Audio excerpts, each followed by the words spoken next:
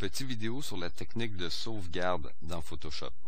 Parce que c'est pas tout à fait comme n'importe quel autre logiciel, parce que la façon dont je vous ai montré de travailler les images, qui m'a été inspiré par d'autres membres du Forum d'Astro Québec, dont M. Martin Magnan, c'est que on travaille ici en couches.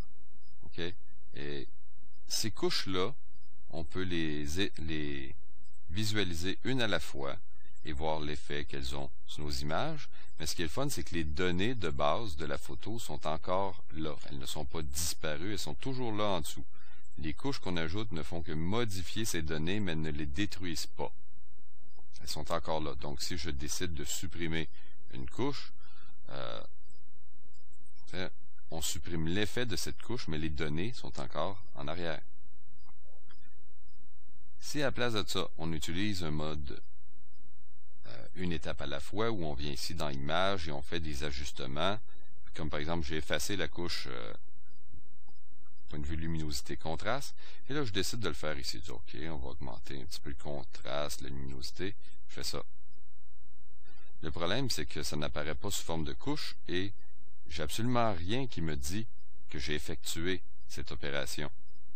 De mémoire, je le sais, et je pourrais dire de le défaire, mais lorsqu'on a effectué plusieurs étapes, d'être obligé de revenir en arrière, ça devient un peu mêlant parce que ça ne nous dit toujours pas qu'est-ce qu'on a fait exactement à cette étape-là.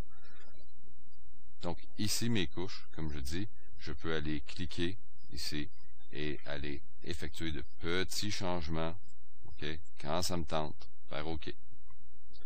Lorsqu'il va venir le temps de sauvegarder, disons que je n'ai pas fini mon image et je veux être capable de continuer de travailler sur toutes ces couches, je peux sauvegarder en format Photoshop et je peux sauvegarder en format TIFF aussi. Là, on essaye de sauvegarder en TIFF.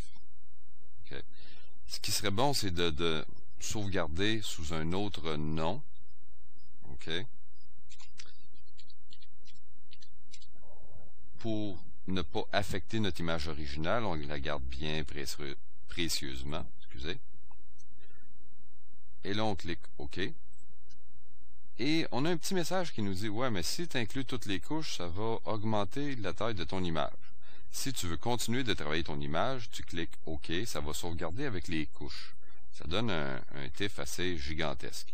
Mais disons que tu as fini et que tu n'as pas l'intention de garder chacune des couches, tu ne veux plus nécessairement avoir toutes ces informations-là. On peut venir ici à Layer, les couches, et aplatir le tout. Et là, on va obtenir notre résultat final. On peut le sauvegarder maintenant en format TIFF, qui est celui qu'on va utiliser le plus pour imprimer nos photos, les afficher. Et d'un autre logiciel, on pourra l'ouvrir, ce TIFF-là, et convertir ça en format JPEG pour mettre sur le web, parce que ça va être beaucoup trop gros. Donc, c'est la méthode pour sauvegarder. Donc, soit qu'on sauvegarde une image finale sous un autre nom, ou est-ce qu'on a aplati toutes les couches, mais si on a l'intention d'y travailler de nouveau, mais sauvegarder avec les couches, comme ça vous pourrez venir faire de petits ajustements par après.